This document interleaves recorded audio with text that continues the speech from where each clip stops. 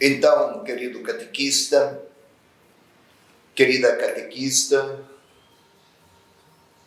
da nossa Arquidiocese de Curitiba ou de qualquer lugar, querido irmão, querida irmã, que esteja a contar com a produção que fazemos aqui de educação catequética ou para ajudar os catequistas a compreenderem a palavra do Senhor. Nós a temos por palavra de Deus e queremos conhecê-la. Conhecer para melhor crer e crer para melhor entender, como dizia Santo Agostinho. Vou recordar, quero lhe lembrar, venha comigo. Fizemos a introdução. O Messias chegou. Lembra da genealogia?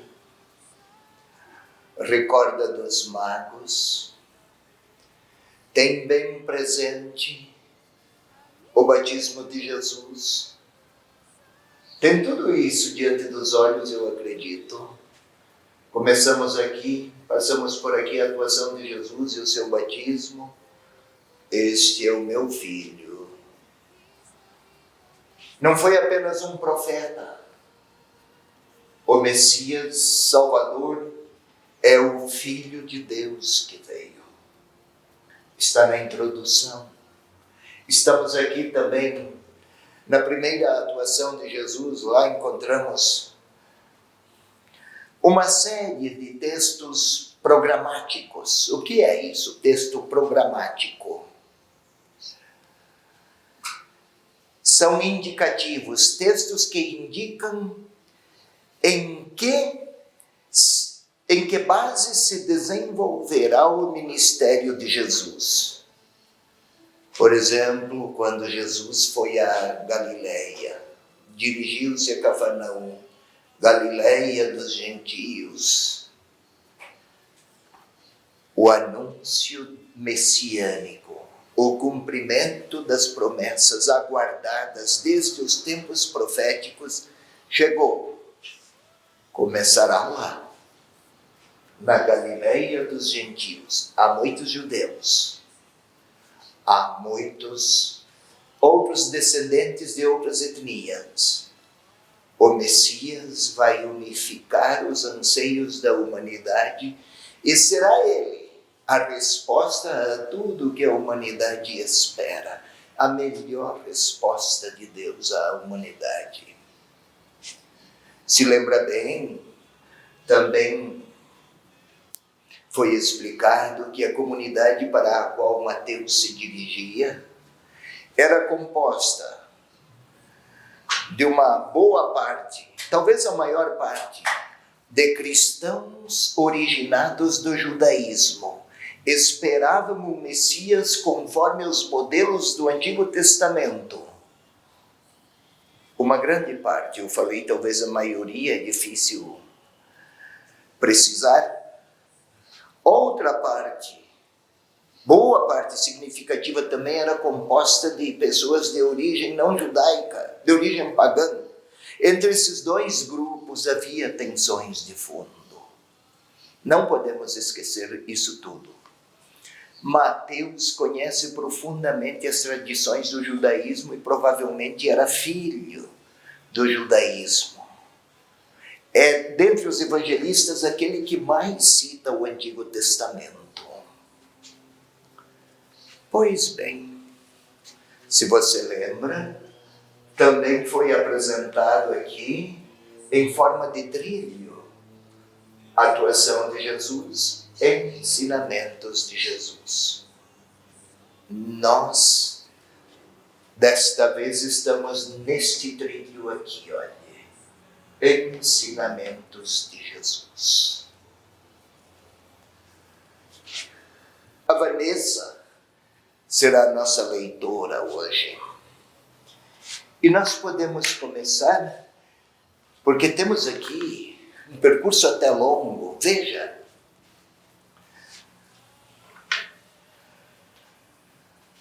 capítulo 5, capítulo 6, capítulo 7. 3 capítulos.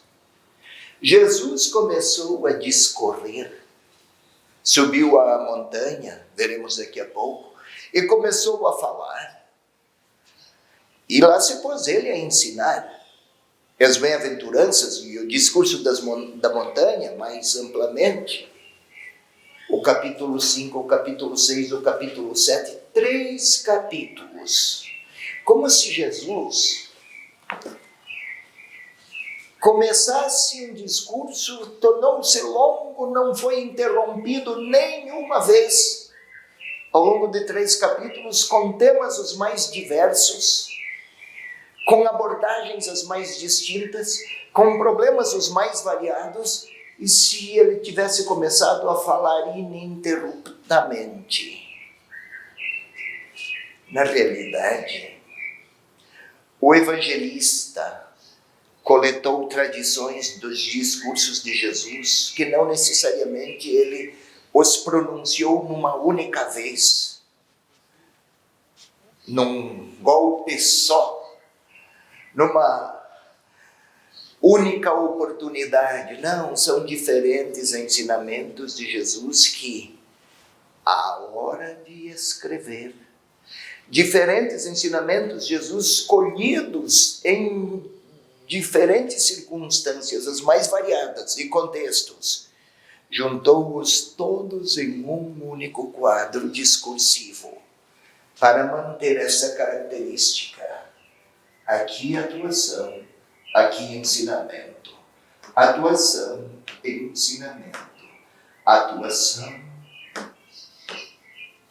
Como se o evangelho fosse os trilhos de uma ferrovia. Já expliquei. E que culmina com a missão: ide por todo o mundo, fazei discípulos em todo o mundo. Tenha aí o seu capítulo 5 diante dos olhos, tenha a sua Bíblia diante dos olhos. Estamos aqui no ensinamento de Jesus. Você pode ler, Vanessa? Vamos começar. Queira ler, por favor, Vanessa. Vendo ele as multidões, subiu a montanha. Ao sentar-se, aproximaram-se dele os seus discípulos. Sabe que a montanha, quem ouve uma primeira vez vai imaginar uma montanha, uma colina, subiu até lá. Mas olhem, eu falei, Mateus é quem mais tem diante dos olhos para apresentar a pessoa de Jesus e sua história e suas palavras. Ele as insere num quadro cujo fundo é a história do judaísmo. Por exemplo, Moisés subiu à montanha. De lá trouxe as palavras, os 10 mandamentos. Agora é Jesus. Subiu à montanha. O que outrora fora premissa para uma aliança, provavelmente agora é uma nova aliança. E de fato, no final do Evangelho, vamos ter a nova aliança de Deus com o seu povo, selada lá na cruz e ressurreição. Mas comece outra vez, filha. Vendo ele as multidões. Comece, por favor, no início. Novamente, você já leu, eu sei, mas temos mais explicações, por favor. Vendo ele as multidões. Comece desde o início, capítulo 5, versículo 1. Vendo ele as multidões, subiu a montanha. Ao sentar-se, aproximaram-se dele os discípulos. Este detalhe, aproximaram-se dele os discípulos. No tempo de Moisés, ficou ele 40 dias lá no alto da montanha. Temos isso no livro do Êxodo. No capítulo 19 do Êxodo, Moisés desce da montanha. Agora são os discípulos que vão até lá. Montanha é lugar do encontro com Deus, na mentalidade da época. Então, se os discípulos vão até a montanha, sobem. Parece que agora não há mais distância entre Deus e a humanidade. Agora a humanidade pode subir ao lugar do encontro com Deus. Com Jesus estão superadas as distâncias entre Deus e a humanidade. Já foi assim lá no batismo. Os céus se abriram e não se fecharam mais. Agora é uma nova experiência dessa proximidade. Jesus não é um novo Moisés. Não é apenas repetir a aliança antiga. Ele a supera largamente. Moisés era um escolhido do Senhor. Aqui Jesus é o Filho de Deus. Há uma grande diferença entre a palavra de um e de outro. Segue, menina. E pôs-se a falar e os ensinava, dizendo... Ele se sentou. Sentar-se não é apenas pôr-se sobre um lugar, uma pedra, uma cadeira. É assumir a atitude de quem vai ensinar. Agora, o Filho de Deus, apareceu aqui, o Filho de Deus. Agora aqui, o Filho de Deus vai ensinar a nova lei, não a nova lei, um novo caminho para conhecer o modo de Deus se apresentar. Segue, menino. Felizes os pobres no espírito, porque deles é o reino dos céus. Felizes os mansos, porque herdarão a terra. Felizes os aflitos, porque serão consolados. E assim temos as várias bem-aventuranças, por razões de tempo não podemos nos deter. De qualquer maneira, bem-aventurados ou felizes, como está esta tradução, corretamente, aliás, é aquele que leva consigo as alegrias do próprio Deus. Não são as lógicas humanas, os critérios humanos de sucesso, de vitória, de triunfo, de conquistas, de grandezas. Às vezes é na contradição da nossa lógica. Felizes os que têm fome e sede de justiça. Ter fome e sede, qual a felicidade? Fome e sede pode definir a vida ou a morte. Quem deseja a justiça, e justiça de Deus, que é justiça misericordiosa, quem vive da misericórdia de Deus, estes são bem-aventurados. Levam consigo as alegrias de Deus. Quem é bem-aventurado ou quem é feliz, novamente, quem leva consigo as alegrias das experiências originadas no seu encontro com Deus. Não é ter fortuna, não é ter conquistas, é viver unicamente da sua força interior. E assim vai.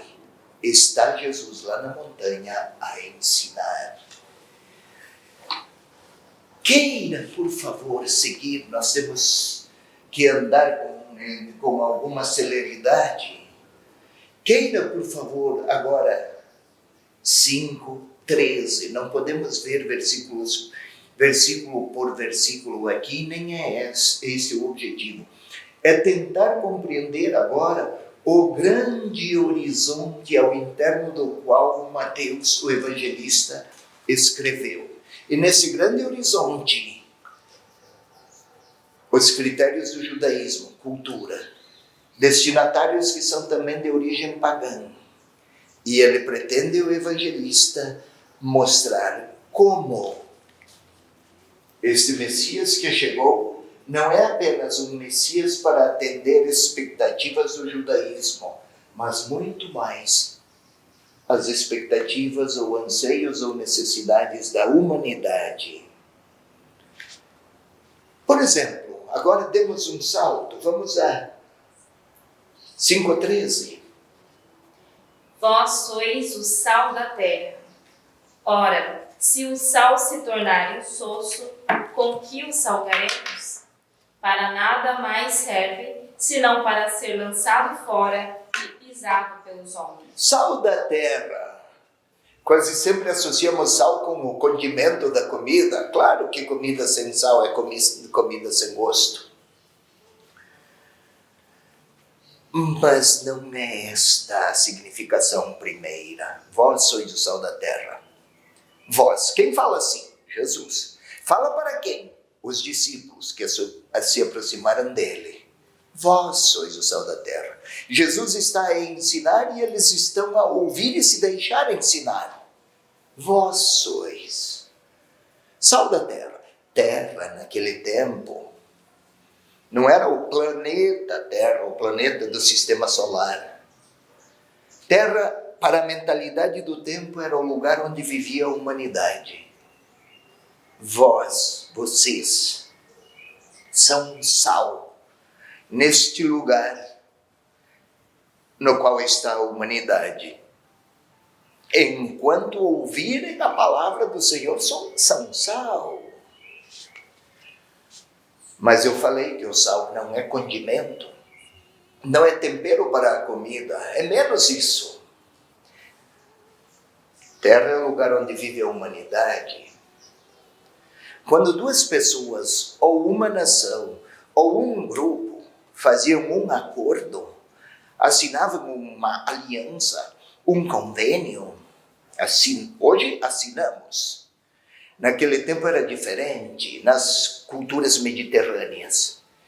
Escreviam-se em algumas poucas cláusulas do contrato, da aliança, do acordo, punha-se uma espécie de baú, jogava-se sal. Qual é o raciocínio?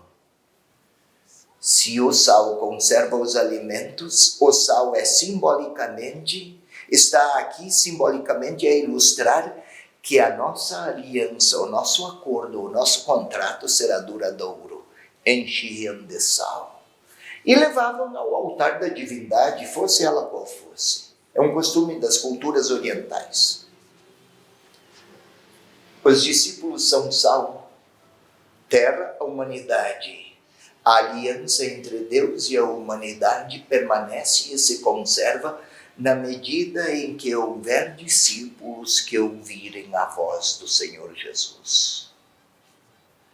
Então, ouvir a palavra, acolhê-la, orar com ela, faz bem ao leitor, ao discípulo, à comunidade, mas faz um bem imenso também para a humanidade. Enquanto que houver quem acolhe a palavra, a aliança entre Deus e a humanidade se conserva. Não é simplesmente uma imagem, vós sois o sal da terra, para conferir um gosto no alimento. É conservar relações de Deus com a humanidade. Veja o versículo 17, filha. Está Jesus lá na montanha, novo povo. Como Moisés trouxe as tábuas da aliança do alto da montanha e o povo lá embaixo, agora o povo é que sobe, lá no lugar de encontro com Deus e se encontra com Ele. Este povo na figura dos discípulos. E os discípulos se deixam ensinar lá na montanha. Versículo 17, por favor. Não penseis que vim revogar a lei ou os profetas. Não vim revogá-los, mas dar-lhes pleno cumprimento. A lei e os profetas, judaísmo. O que acontecia? Já expliquei. Havia na comunidade para a qual Mateus escreveu, muitos cristãos aderiram a Jesus, mas sua origem não era o judaísmo. Pagãos, originalmente. Não vão confirmar o que diziam da lei antiga. Esta lei não tem valor. Isto ofendia os outros cristãos de origem judaica. Tem grande valor entre o sim e o não. Mateus recordou essas palavras de Jesus. não penseis que eu vim revogar a lei, mas vim lhe conferir pleno cumprimento. De que modo? Ao modo do judaísmo? É um pouco melhor. Veja, por exemplo, o versículo 21.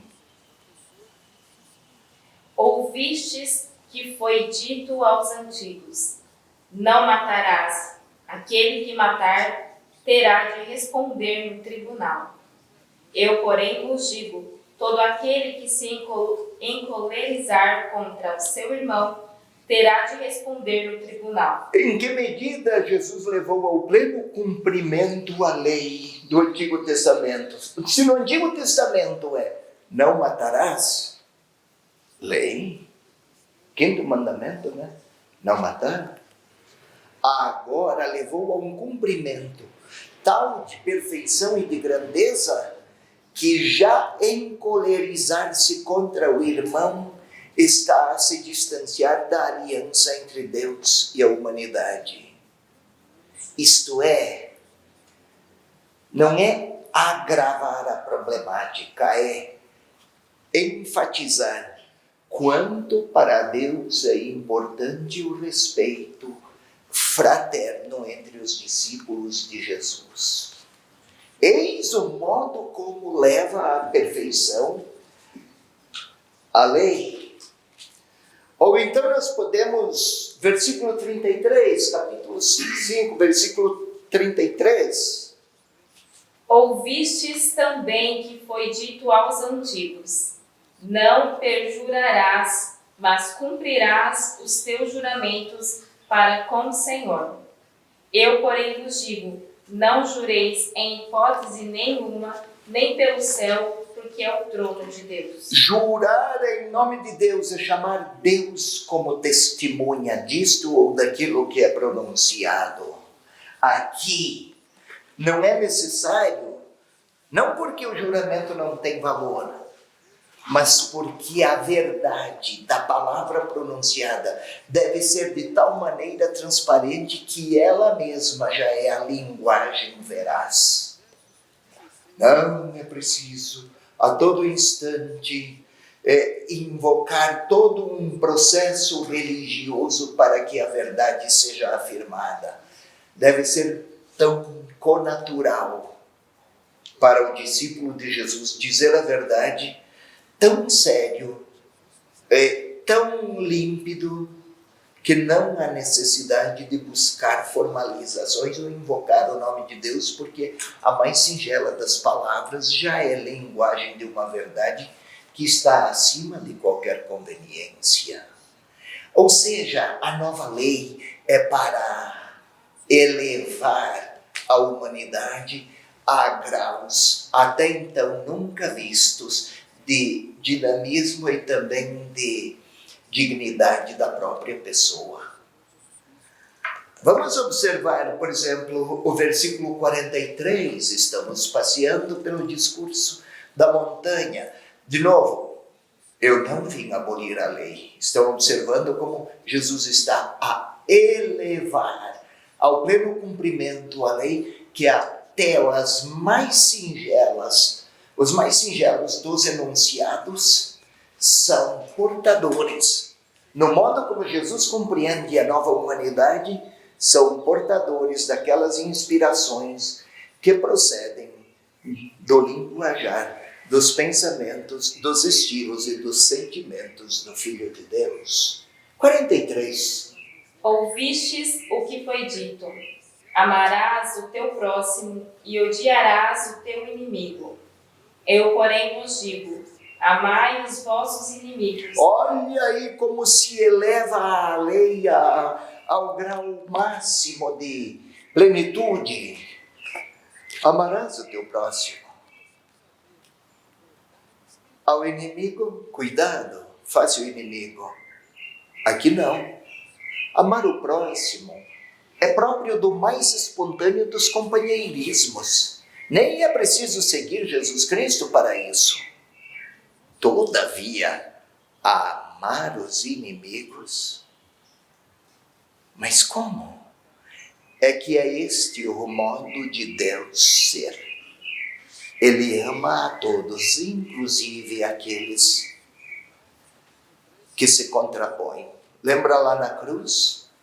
Prender, até Pedro quis reagir antes, apelou para a espada. Pedro, é para uma outra modalidade, uma outra linguagem e um outro modo de lidar com os inimigos que eu vi.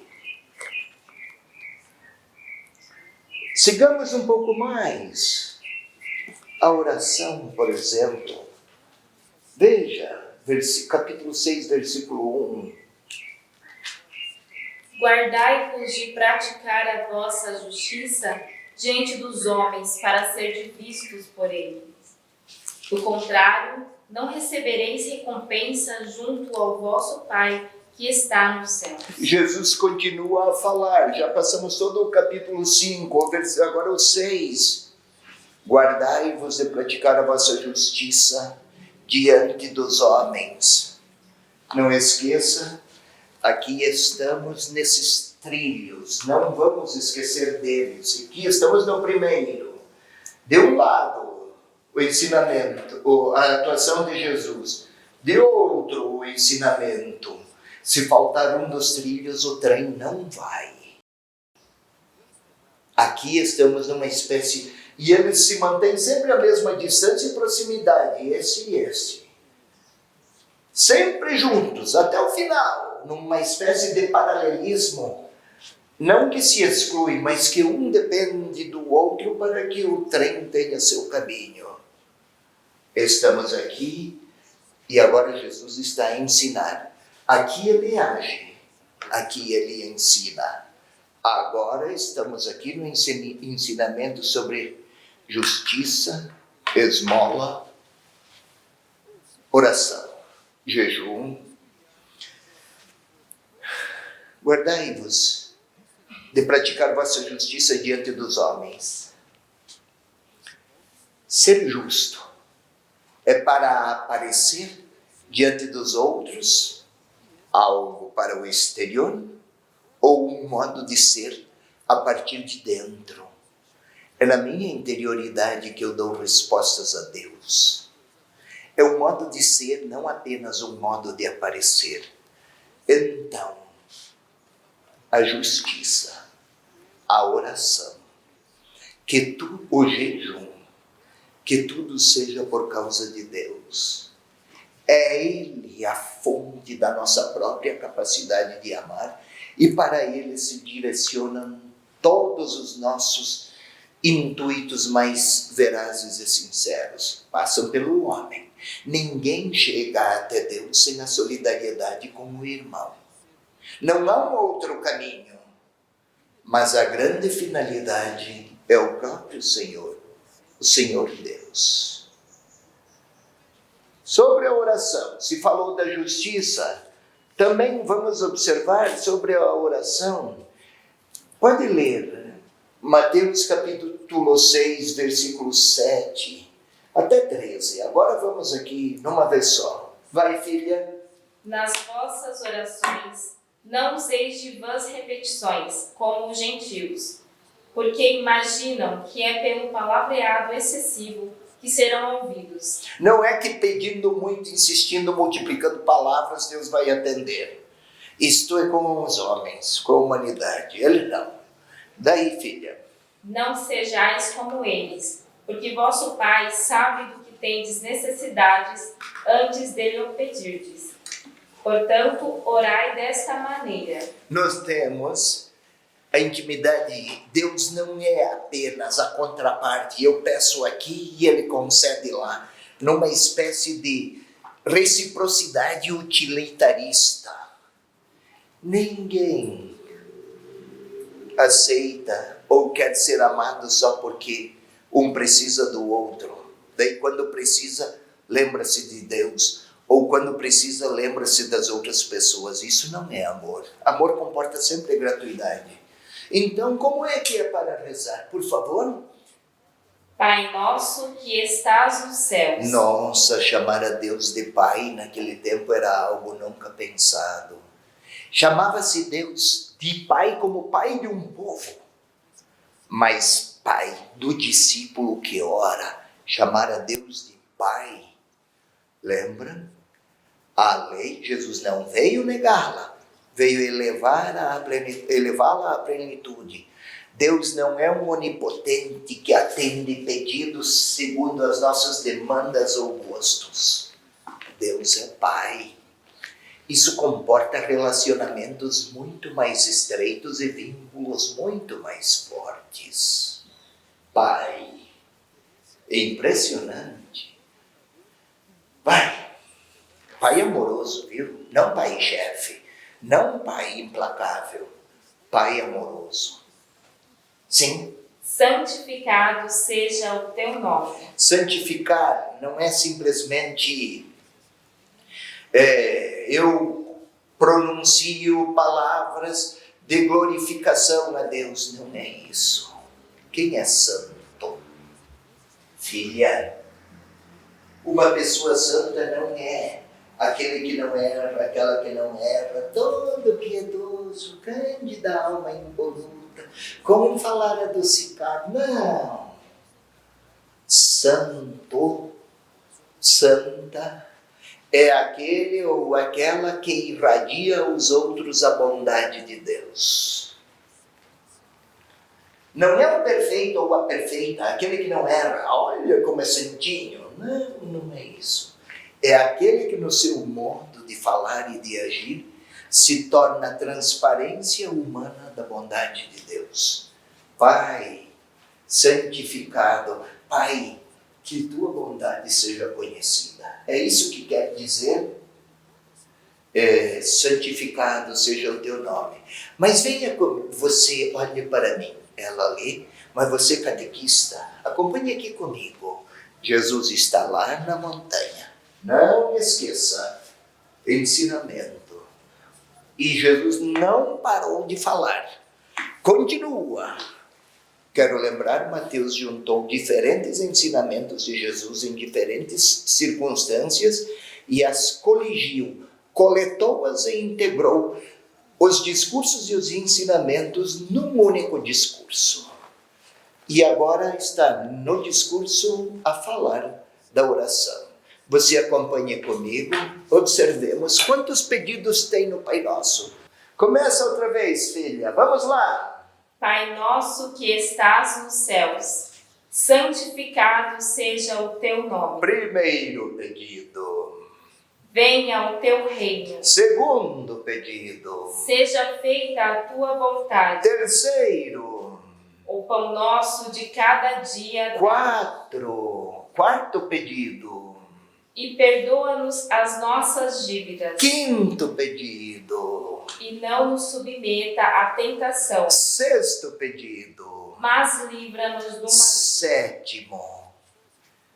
7 é o número da totalidade e o número da perfeição. A mais perfeita oração é o Pai Nosso. Não no sentido de uma oração ser melhor do que outra, mas é a oração que aproxima Deus do orante e o orante de seu Deus. Se Deus é Pai, quem fala a Ele é Filho. Você, mãe, pai, tem filhos, né? Se eles pedem, vocês ignoram?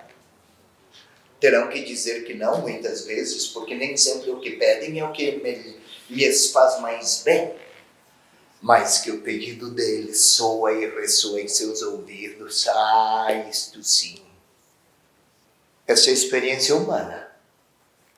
É este o modo de Deus também se apresentar aos seus.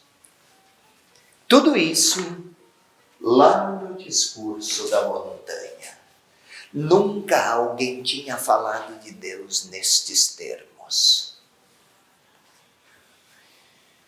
Olhe, vamos caminhando, nosso tempo é escasso, mas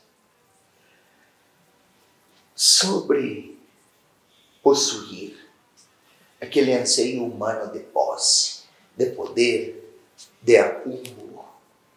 Também esse foi um tema, não porque Jesus estava sem assunto, longe disso, é porque era um dos dramas daquela época e é um dos dramas de hoje. Jesus se pôs a falar também sobre isso.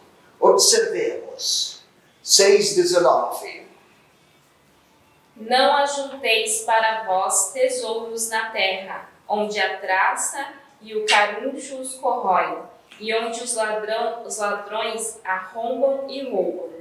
Mas ajuntai para vós tesouros no céu, onde nem a traça, nem o caruncho corrói. Tudo o que se buscar nesta vida vale na medida em que nos qualifica para a relação de intimidade com Deus, no presente e no futuro. Acumular, enriquecer. Aproxima de Deus. Isso nos faz próximos a Ele. Isso cria fraternidade. Não se trata aqui de dizer que rico é mau e que pobre não é bom. Não é isso. É que com riqueza é muito o bem que se pode fazer. Então, mais do que guardar para mim, eu posso ajudar os outros também a experimentar uma vida de graça e de bênçãos. Não se trata de inocentar ou santificar ou beatificar pobres. Muitos deles não são pessoas benévolas. Ou de dizer que os ricos são maus, muitos deles não são necessariamente maus. Mas se eu viver só para os meus acúmulos, isso endurece o meu coração. Cega os meus olhos para ver a dor do outro, a necessidade do outro. Na nova comunidade, no novo povo de Deus, do qual Jesus é o grande, não apenas mestre, mas a grande inspiração e força interior e unificadora, no povo de Deus, no qual se celebra a aliança definitiva entre Deus e a humanidade. Inclusive as riquezas foram constituídas para criar fraternidade. Então o rico vai ser pobre e pobre agora vai ser remediado? Não é necessariamente isso, como se sonhássemos com um socialismo connatural.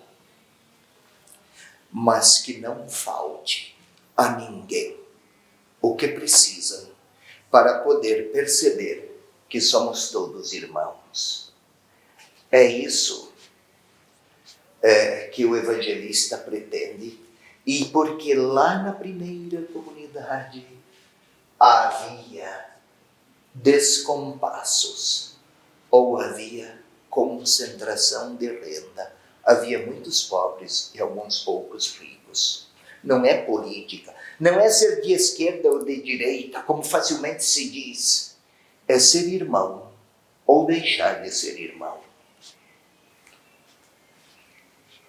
Vamos, por exemplo, agora ao capítulo 7, sempre na mesma linha. Nós não podemos tomar versículos por versículos, versículo por versículo, mas o que eu gostaria de lhe deixar bem explicitado, querido catequista, querida catequista, eu vim para levar a lei antiga do Antigo Testamento ao grau mais elevado, agora conferindo-lhe um sentido absolutamente novo, muito mais profundo, mais pleno, absolutamente pleno. É uma espécie de constituição do grande povo da comunidade dos discípulos. Não há constituição dos países, das nações, não tem sua constituição. Chamamos Carta Magna, texto mais importante da legislação de um povo. Claro, sabemos, existe. Aqui o caráter não é jurídico, é teológico, mas é a expressão fundante e fundamento de todas as outras opções de comportamentos que os que seguem Jesus são instados a dar uma resposta. É um convite. Vejamos o capítulo, a partir agora do capítulo 7. 7:1 e seguintes. Não julgueis para não serdes julgados, pois com o julgamento com que julgais sereis julgados, e com a medida com que medirdes sereis medidos. Ou seja, na medida em que eu compreender, olhar com compaixão, com misericórdia para o outro, neste mesmo grau, porém, como critério, mas Deus não segue só a medida que eu medir. Se eu amei um pouco, então Deus também vai me amar apenas um pouco. Não é uma expressão de quantidade, mas de significado. Se agir com bondade, vai herdar a bondade de Deus. Mostremos, cada discípulo de outrora e de agora, mostre, filha, que você acolheu a bondade de Deus. Por isso, ao ver o irmão que erra, tenha medidas generosas, porque é assim que Deus se porta com você. Não é aqui uma questão de razão e proporção matemática. Amei um pouco, então vou encontrar um pouco de recompensa. Não é esta a proporcionalidade das coisas. Não é por esta linha de quantificação. Se eu agir com bondade, este é sinal de que eu acolhi a bondade que Deus quer me oferecer. A iniciativa é dele. Não sou eu que conquisto por meus méritos. Eu acolho a bondade que Deus me ofereceu e por isso vou irradiá-la. A iniciativa é dele. Veja o versículo 7. Pedi e vos será dado, buscais e achareis, batei e vos será aberto, pois todo o que pede recebe, o que busca acha, e ao que bate se lhe abrirá. Não se trata aqui de insistir como se tratasse apenas de oração, pede, até que Deus se enfastia e acaba atendendo, pois que sua paciência chegou ao limite e então vai atender para livrar-se da insistência. Não. Tão natural quanto é para a mãe, para o pai, ouvir e atender, acolher a voz do seu filho, tão natural assim, e muito mais, é para Deus ouvir a voz, a palavra de quem se lhe dirige. Deus não é um fornecedor de agrados conforme as nossas solicitações, não é isso. Mas trata-se aqui de cultivar relações de reciprocidade com Ele, de acolher a sua palavra aproximadora. Não vou pedir o que me agrada, mas vou pedir tudo aquilo que me mantém próximo dele. É este o critério para compreender esses textos. Vamos, por exemplo, ao capítulo 7, versículo 21. Nem todo aquele que me diz, Senhor, Senhor, entrará no reino dos céus, mas sim aquele que pratica a vontade de meu Pai que está nos céus. Muitos me dirão naquele dia, Senhor, Senhor, não foi em teu nome que profetizamos e em teu nome que expulsamos demônios? Isto é, nem todo aquele que me diz Senhor, Senhor, entrará no reino dos céus, ou participará daquela realidade na qual Deus é o Rei. Reino dos céus, ter Deus por Rei. Não se trata de expressões exteriores. Não se trata apenas de manifestações ruidosas, de uma religiosidade de grandes prodígios, inclusive. Não profetizamos, não fizemos milagres. Ainda isso não significa ter aderido a Deus. Eu posso te acariciar, mas ainda não está dito com isso que eu te amo. Eu posso apenas fazer o gesto. Mas se eu te amo, filha, eu vou acariciar. Porém, a carícia é verdadeira na medida em que, além do afeto, existir uma vida de respeito, de entrega, de reciprocidade, de compreensão, de misericórdia, assim com Deus. Multiplicar o culto não necessariamente significa fidelidade. Quando é verdade, então? Quando a palavra do Senhor é inspiração para as minhas escolhas e os meus comportamentos. Siga mais um pouco, filha. Muitos me dirão naquele dia: Senhor, Senhor, não foi em teu nome que profetizamos e em teu nome que expulsamos demônios? E em teu nome que fizemos muitos milagres? Até milagres, isso ainda não significa fidelidade. E aí você lembra?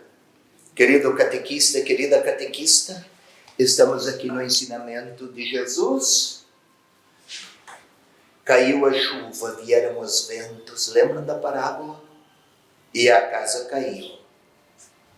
Aquela outra, caiu a chuva, vieram os ventos, as enchentes, as inundações, e a casa não caiu. Qual é o fundamento de uma autêntica experiência de fé, vivida em comunidade? Que o Senhor possa falar, que eu acolha a sua voz, sua palavra, e que responda a Ele no comportamento com os irmãos. Então é verdade. Senão, seria apenas expressão exteriorizada de um amor que não inspira a mim, os meus comportamentos e escolhas e a minha liberdade. Deus é tanto mais meu Deus, na medida em que melhor eu responder em termos de liberdade de comportamentos à palavra que Ele me propõe. Aqui está aqui o primeiro ensinamento de Jesus aos discípulos. Foi lá na montanha, os discípulos foram até lá. Agora a palavra de Deus já não é distante, a montanha é acessível a todo o discípulo. Ouvindo Jesus, é o próprio Deus a manifestar sua bondade. E se você gostou deste vídeo, não esqueça de deixar o seu like e o seu comentário. Compartilhe com seus amigos também. E se você ainda não é inscrito no nosso canal, corre lá, se inscreva. E não esqueça de ativar o sininho de notificações, para que todas as vezes que nós postarmos alguma novidade, você seja avisado. Um abraço e até mais!